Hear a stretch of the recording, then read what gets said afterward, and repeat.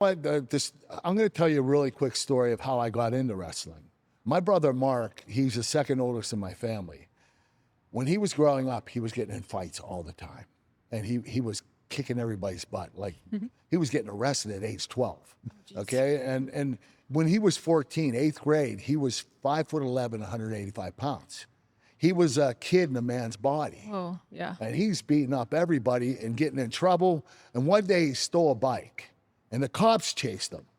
And they were in a cop car, and they caught up to him, and they stopped him. He beat both of them up.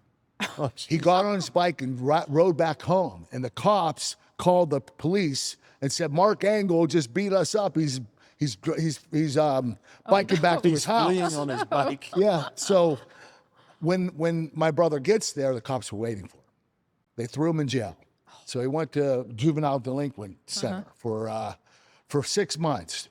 But the problem there is he was getting in so many fights there that he ended up having to go to federal prison at 14 years of age. Whoa, that's 14 years of age, he went to federal prison. That's terrifying. So when he got out, the wrestling coach heard he got out. And he came to our house and he said, I want to talk to your brother, or my parents. He said, I want to talk to your son. Right. He said, listen, Mark, I know that you like to get in fights, but how about you take your aggressions out on the wrestling mat?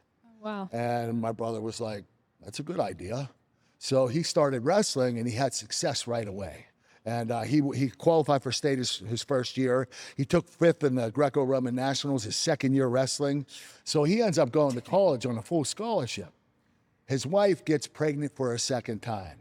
He can't stay in college. He has to get a job. So he comes back home and guess who he's training because he can't do it anymore. My brothers, Johnny, Eric, and me. Right. So we got like the Mark Angle special, he pushed us all the time. I hated going to tournaments on the weekend because when I was younger, I was getting my ass kicked and I didn't like it.